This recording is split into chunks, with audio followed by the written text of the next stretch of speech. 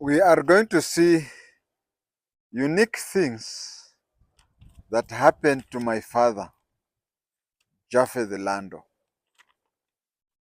To be sincere with you, many people who knew my father would talk of an uncompromising person who was very harsh. I will only give an example of a cop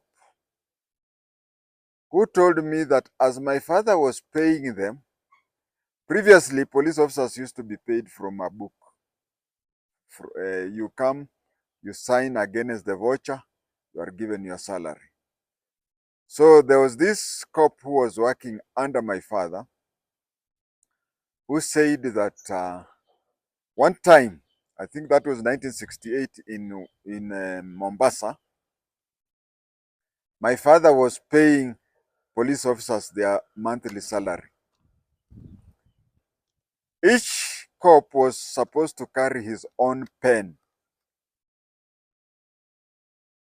Other police officers, senior police officers, used to carry a biro pen and give it to the officers to sign. But only Lando, forced his juniors to carry their own pen to do so. So when it was his turn to sign for his salary, when it was the turn for this cop to sign his salary, he remembered that he did not carry a pen with him and wanted to use my father's pen. Alishambuliwa, alipigiwa kelele. My father denied him his salary until the following day. Just an act of, sir, I have forgotten my pen. Can I use your pen? He had to get a lecture. He had to get a dressing down, and he was denied his salary until the following day. I have chosen only one, which was hilarious, but I wanted to ignore his very many sad incidences and concentrate on a few unique things. After all, if you are 15% good and 85% bad, how many people can you count who are 10% good and 90% bad? Very few. On average, people are around 7 to 9%, isn't it? As you will see, with all that, there are very many memorable things that will be bypassing the generation that is being born. There are very many memorable things that my father did that even the generation that is being born today will die and go, and those things will remain in perpetuity in remembrance of my father. How many of you, after you are gone, would there be anything that other generations would remember you for?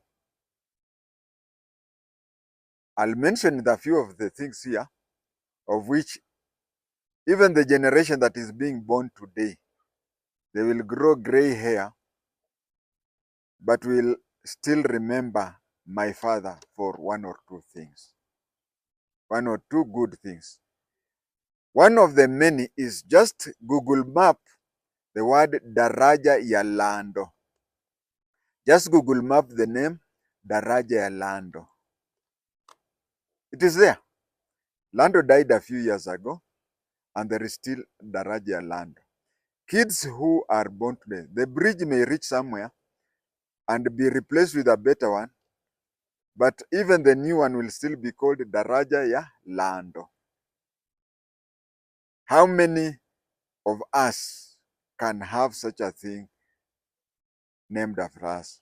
Many decades later, he did something without paying even a single cent. And generations will remember it. What I'm trying to say is, yeah, it is now 40-something years since that bridge was placed there. And I can tell you that he never paid for a single cent to have the bridge there. He just convinced the government that a bridge which was to be constructed in Butere. That is how the country was in those days. The bridge was being taken back to Nairobi because the Moi government was against the then Butere MP Martin Shikuku. So the bridge was placed on a lorry and it was being taken back to Nairobi. But him using his network, I'll not go into detail because of space and time. He convinced them to bring the bridge up to where it is, and that is why the bridge is called Daja Yalando. There is a reason why my father was given a Luo name, Lando, yet we are not related even remotely to the Luo tribe. Actually, there are two reasons why my father was given a Luo name, Lando. When my father and his siblings grew up into the age of youth, there were 6 of them, 3 brothers and 3 sisters. My father had 3 stepmothers. Of course, with the 3 stepmothers, you can see that JI-TENGE had a lot of kids. In today's world, a lady with 6 kids is deemed to have very many kids. Excessive, if I may say. But it is said that infantry mortality affected a lot of my father's siblings. When I was growing up, they used to say that my grandmother had very many kids and most of her kids died in infantry. That is what we call infantry mortality nowadays. That is what we can explain. But he only remains with only 6. So I don't know if infantry mortality would not have been there. I don't know how many she would have had the kids. Lando was her second last born and was given a Luo name because on one hand, she had exhausted all the names that she had to give her children. There is a system of naming. I don't know about other tribes. Apart from weather and events, there is a way people are named after relatives. I know the setup in Kikuyu and I know the setup in Luhya. So when a kid is born, there is a belief in Luhya language that so and so who died has resurrected. So and if the kid dies immediately it is born, it is said that the person who died has refused to come back to life. So when Lando was born, she had renamed all the relatives that she was supposed to name after, and she had exhausted the list. While at the same time, there was a Mr. Orlando. Yes, the name is Orlando, not Lando.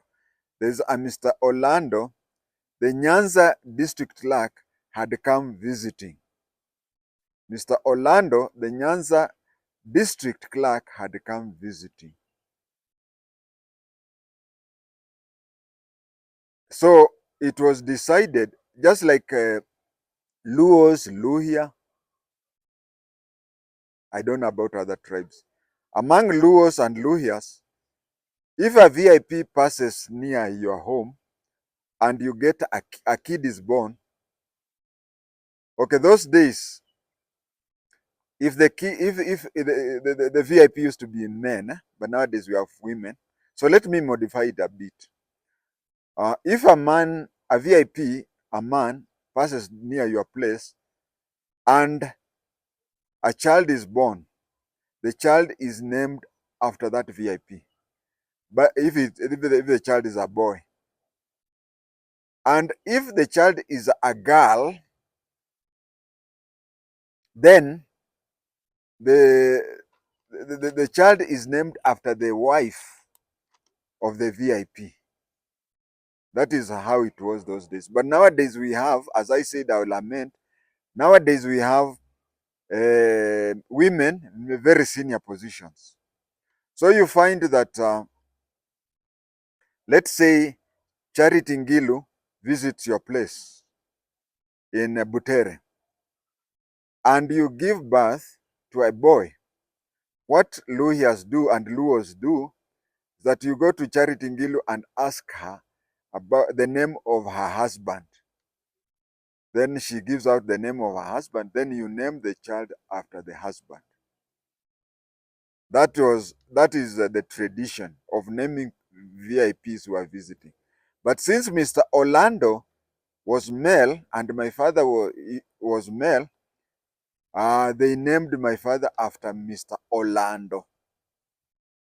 Now, when the Luyas then could not pronounce Orlando, they used to call him Lando. So that is how my father got the name Lando. It was somebody who was the district clerk for the whole of Nyanza district. By then, Kenya was made up of less than 6 districts. The most known district of the 6 was the NFD, Northern Frontier District. NFD, Northern Frontier District, started from Lamu, went all the way via Mandera, Moyale up to Lodwa. That was Northern Frontier District. There was Nyanza District. Nyanza District, it was actually known as Elgon Nyanza District. It was actually known as Elgon Nyanza District. It stretched from Mount Kenya and Mount Elgon all the way to Tanzania boundary. In today's language, it is the former Nyanza province plus the former Western province plus Trans Nzoia County plus Bomet County and lastly Kericho County. That was one district which was called Elgon Nyanza District. Just before we had the new constitution, where we replaced districts with counties, we still had an officer called district clerk. He or she was in charge of all government clerks in the district, and he was in the same job group as a district officer. District clerk was the highest rank an African could get at that time. So when my father was born, even a long time after my father was born, the highest rank an African would get was a clerk, and especially a district clerk. You may have heard government officials saying that even if you are annoyed with me, when I come to your home, don't invite me to your house. I will sleep at the chief's place. Those days, there were no hotels. So a visiting civil servant would sleep at the chief's place. At the time my father was born, the district clerk for the district, Mr. Orlando, was going around collecting tax. The tax was called heart tax. Heart, I don't mean kuumiza, but I mean nyumba ya nyasi, heart tax. They would visit your homestead and count the number of houses in your compound and charge each house the fixed amount. So the more houses that were within your compound, the more taxes you paid. Let me give examples of my 2 tribes. I belong to 2 tribes. In a Luhya homestead, the man, say like my grandfather, had 4 wives. So there were 4 houses in that compound. They would charge 4 times. But if they visited a Kikuyu man, my Kikuyu grandfather had only one wife. But okay, let us say they had visited a Kikuyu man who had 4 wives. In the Kikuyu tradition, each wife had her own house, and the man had his house, which he called Vigira.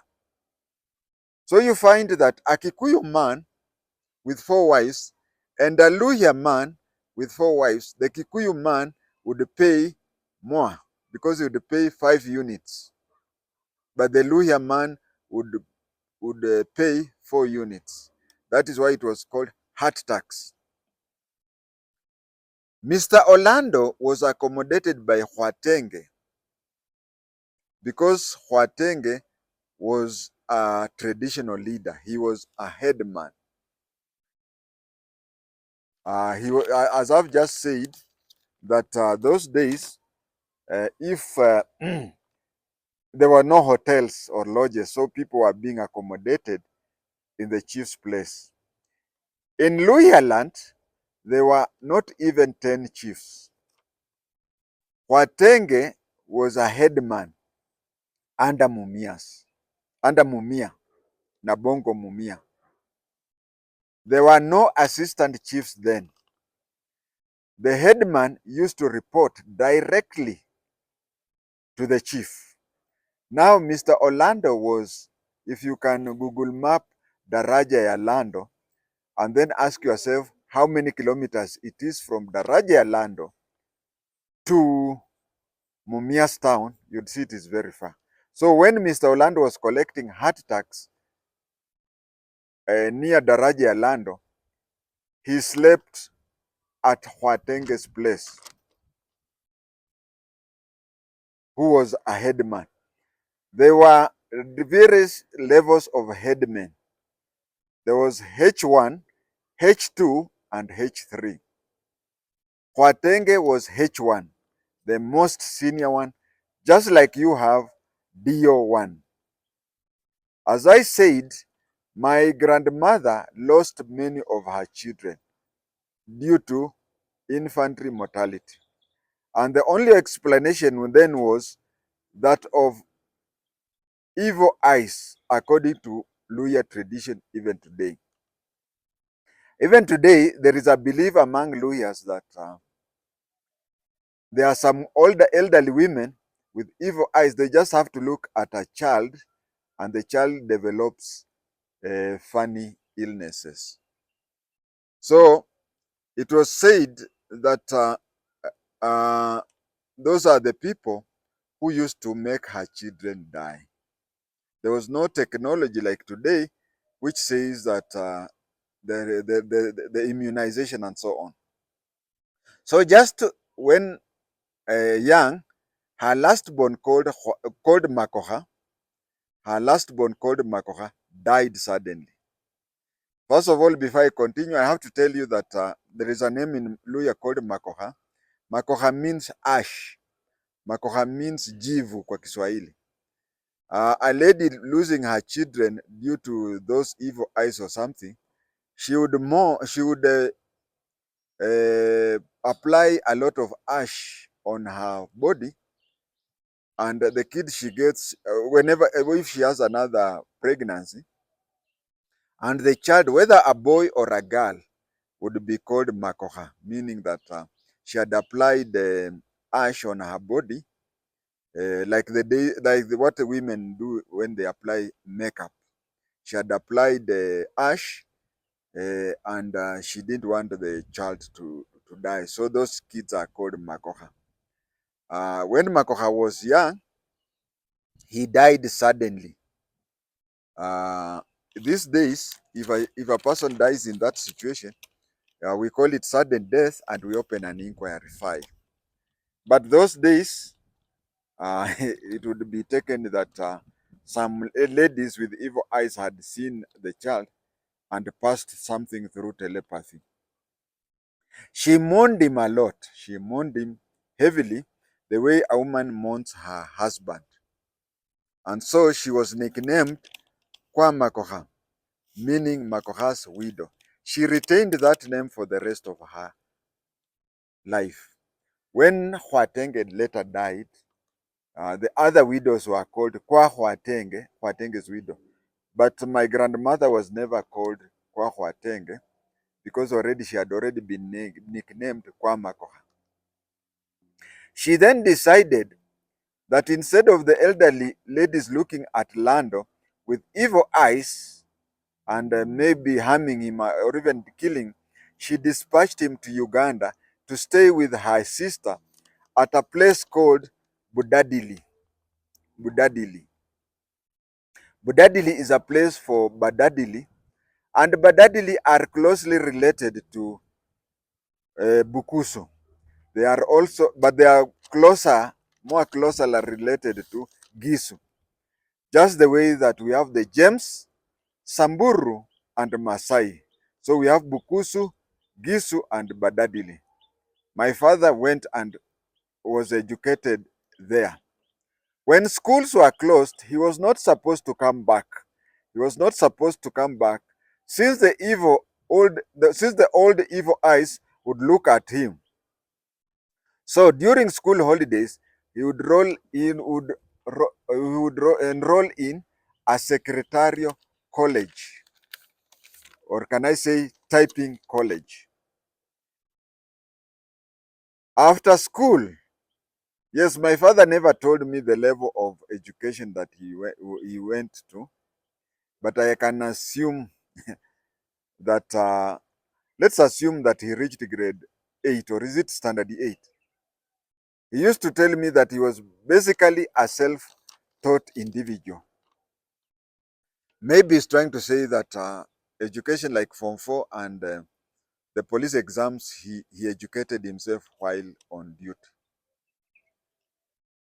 So after being taught in that place and completing school, he had the ability to use a typewriter. Those of you who were there around the year 2000, you remember how people used to talk when they used to be called computer literates. There were colleges to teach you MS-DOS, word processor, sijui nini nini. People used to do that, isn't it? Those who were adults in the year 2000. That is also how people were in 1950s when somebody was said that he knows how to use a typewriter. He was employed in Lugari area as a clerk by a Mzungu who was called David Lichti. But the second name, I guess, is a mispronunciation of his second name. We may never know the real name of that Mzungu because of time. He stayed apart from fellow Africans and he was very harsh. You see, for him to be introvert, it is because of how he was brought up, isn't it? And those people are really preferred by Wazungu, whereby they would stay like Asians. They did not mix with the Wazungu. They took Africans to be inferior, and they always took the Mzungu, the colonial, to be always right. It was anybody above you, the colonial master was always right, and anybody below you, it was you to instruct it to him. Orders used to come from top down. One day, there was a recruitment in Kakamega, and he rode his bicycle all the way to Kakamega for police recruitment. He rode a bicycle for 50 kilometers. Now, even by today's standard, riding a bicycle for 50 kilometers on tarmac is hard, but those days the roads were not tarmac. He was with a neighbor that he didn't like. He never liked him. Up to the time he died, he never talked anything positive about the neighbor, apart from one thing. Upon recruitment in Kakamega, they were both rejected, him and the person whom they rode the bicycle together. They were both rejected, but decided to hang around. This is very important, and I know of many people who didn't leave the place of recruitment, police recruitment, after they were unlucky. I can't I can recall one who was recruited. I can't recall the name. I can't recall the name of the one who was recruited with me, but stayed around in Nairobi.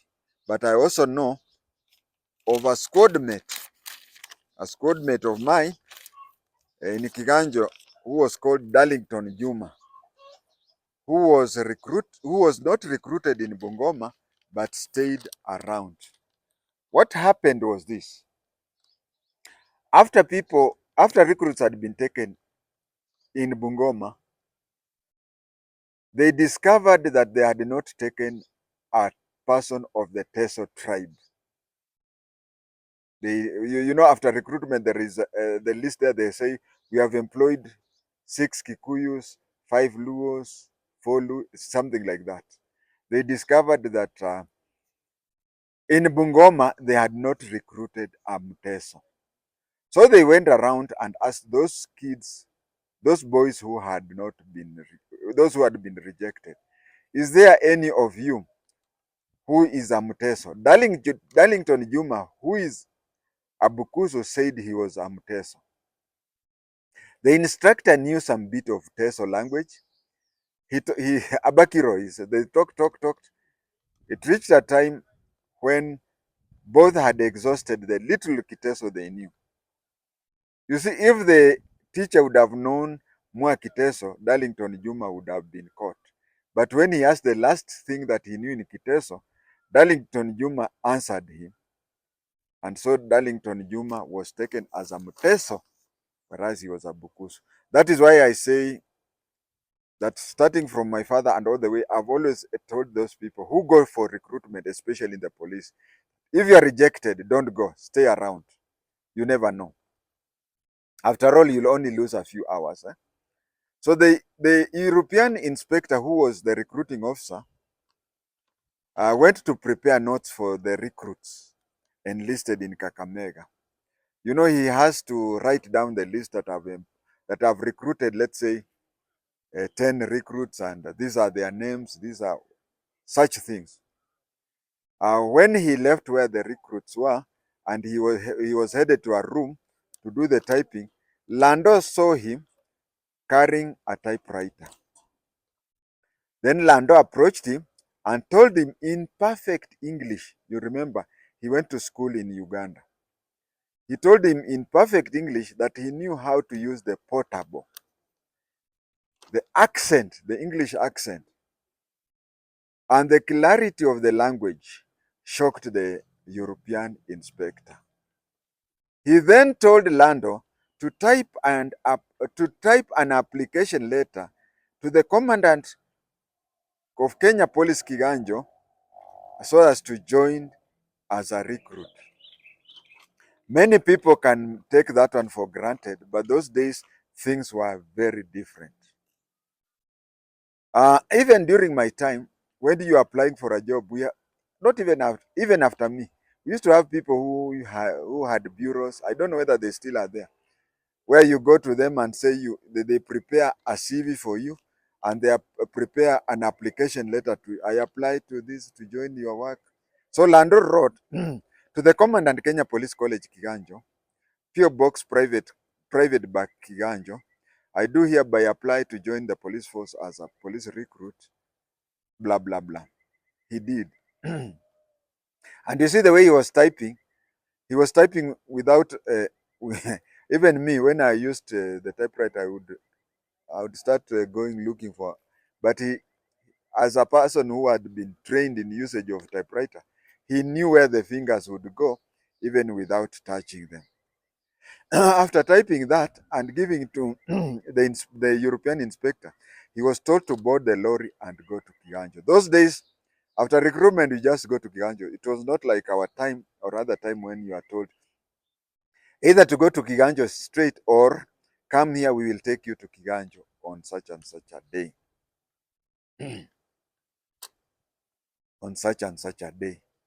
So those days you'd be recruited and then you'd board the vehicle at that time.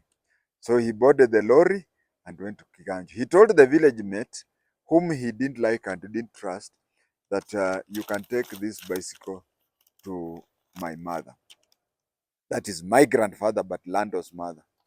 According to Lando, this other fellow was a thief, and Lando was sure that that was the last time he would see the bicycle. But then the fellow took back the bicycle and the good news. Imagine the lady being told, "This is the bicycle of your son, and he has been recruited, he is now a police officer." After orientation, there was the question time. Lando said that he had keys to Mr. David's office and he didn't know what to do with to do. The keys were taken to David, who wrote a very good recommendation. Again, I said Lando was the first police officer to apply for the job. I'm told that the next recruitment is now the second time in Kenya police history that somebody, a recruit, not an inspector, a recruit is applying through written. The first time, as I said, it was Lando. So he applied, he made an application. The second thing, Mr. David wrote a letter recommending him to be saying that he's a very reliable person.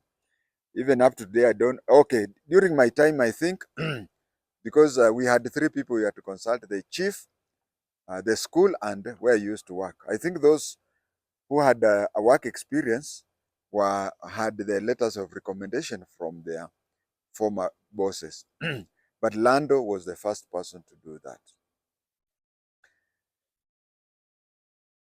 Even getting a recommendation from a former employer. You see, not very many people can say that, isn't it? You see, there is a lot of firsts there. Lando was posted to Nanyuki Radio Police after completing the courses. But then there was the Mau Mau issue. Then he was temporarily attached to Mukurweini Police Station in Nyeri for the purpose of typing the case files that were had to do with the Mau Mau cases. One which included Field Marshal Dedan Kimathi Washuri. After emergency, he reverted back to railways and was posted to Nakuru Railway Police. It was here that he had family issues and even a gun was used. But the bullet hit the cape. The bullet hit the cape of the British inspector who was the OCS. And the British inspector, there was pressure for the British OCS to sack him, to sack Lando, but he said no. He just said, let him get the hell out of here. Let him get the hell out of here. Because he had a soft spot for Lando. The OCS and others had identified bright African junior officers whom they wanted to mentor and take over the police service. Lando was among them. That same day, Lando was transferred to Mudhurwa in Nairobi. In Mudhurwa,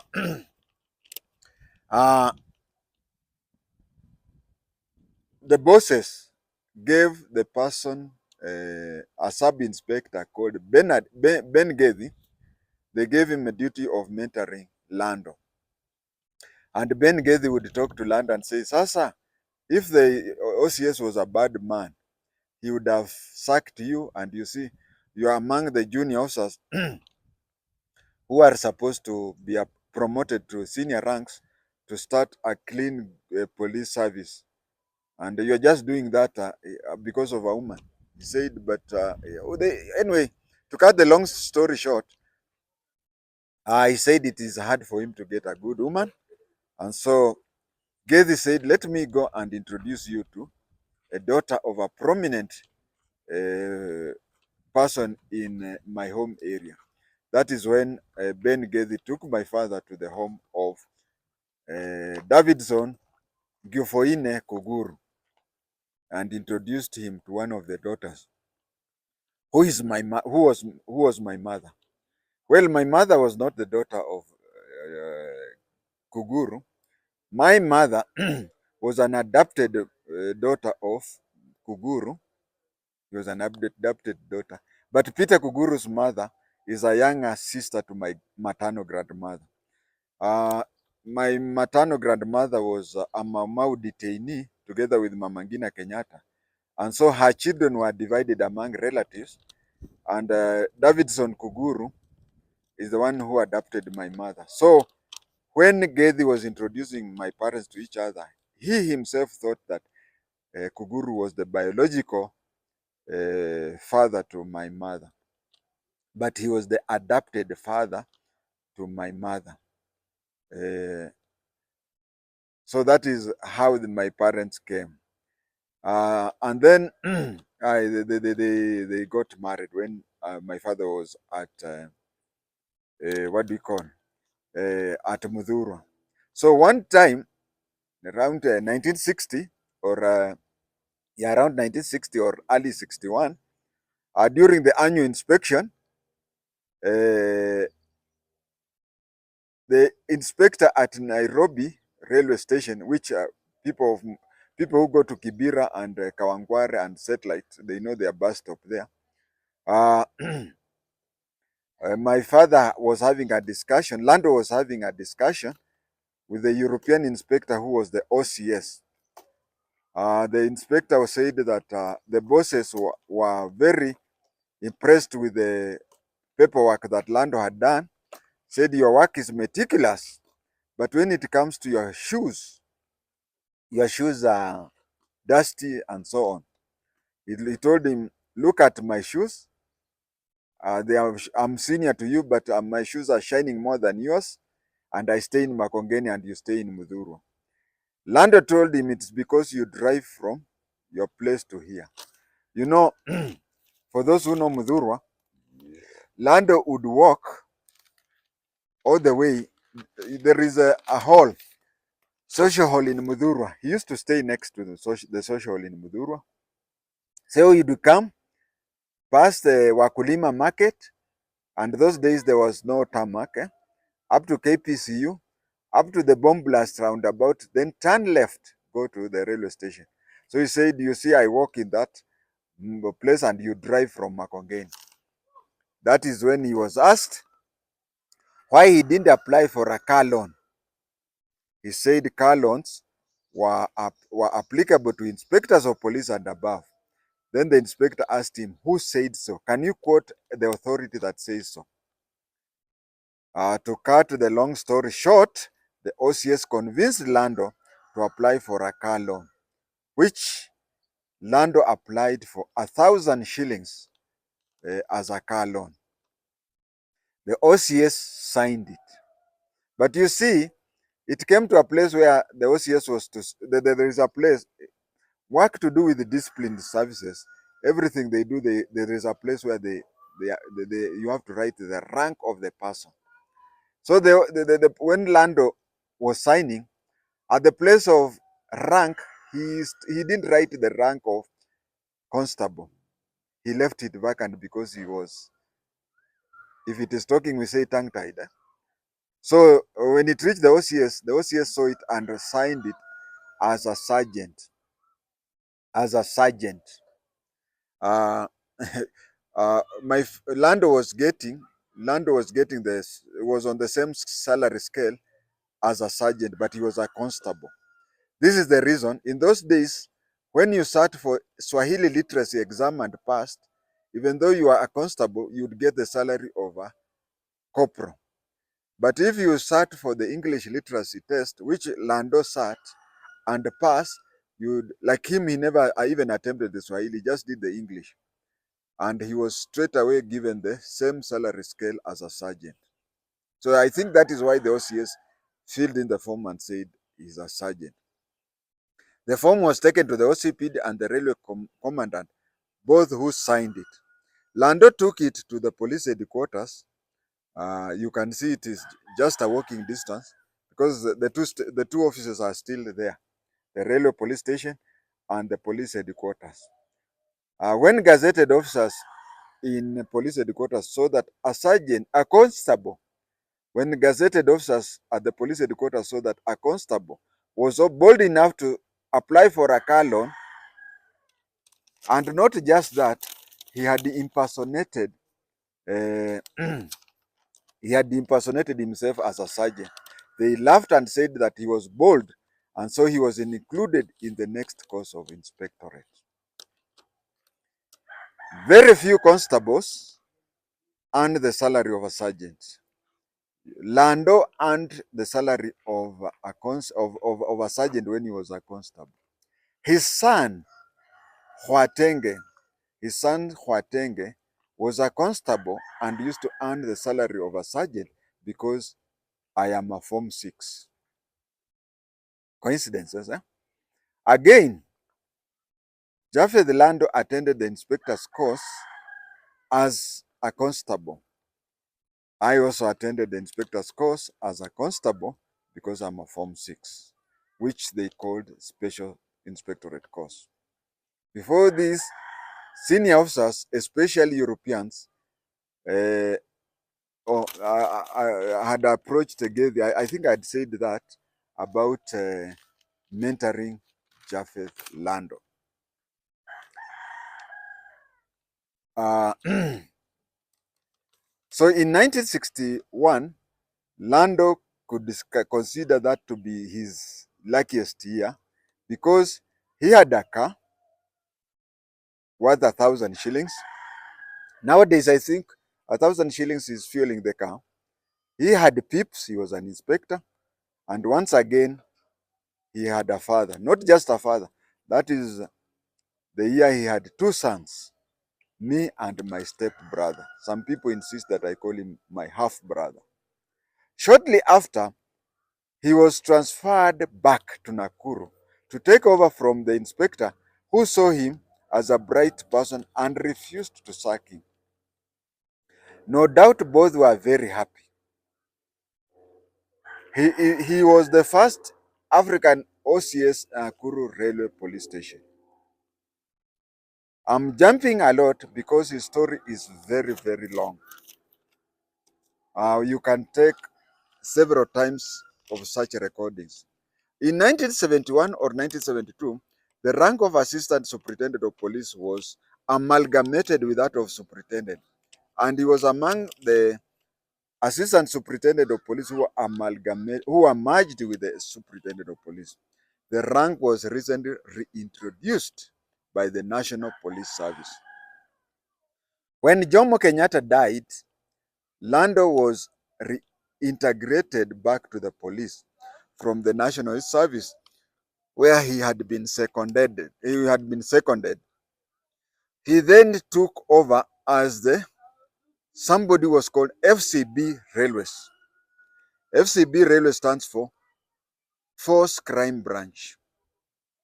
It means that in the whole railway there was no CID, but there was a crime branch, just like a crime branch in the police station. He is the one who introduced CID, nowadays it's called DCI, to the railways as the founding PCIO, or can we call it founding RCIO or founding FCIO? I think they call it FCIO. It was he then identified somebody's house. If you see that that way used to be house number 1 for railway quarters. Those railway quarters extend all the way to Kenya Polytechnic.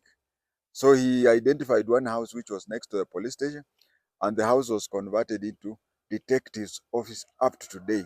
So he was the first PCIO, nowadays they call FCIO, for that place. And that was in 1978. Just talking positive about him, I said is a lot and I will only talk a fraction about it. And that is how I want to remember my father, not for the very many bad things he did, but for the very few very good things that he did that would outlive him. Just to summarize, there is a bridge that will forever be known as Daja Yalando, which is found on Google. It will be remembered that he's the one who typed Dedan Kimathi's file. He is the one who founded DCI in the railways and such a thing. These are things which will even outlive people who are born today. Thank you.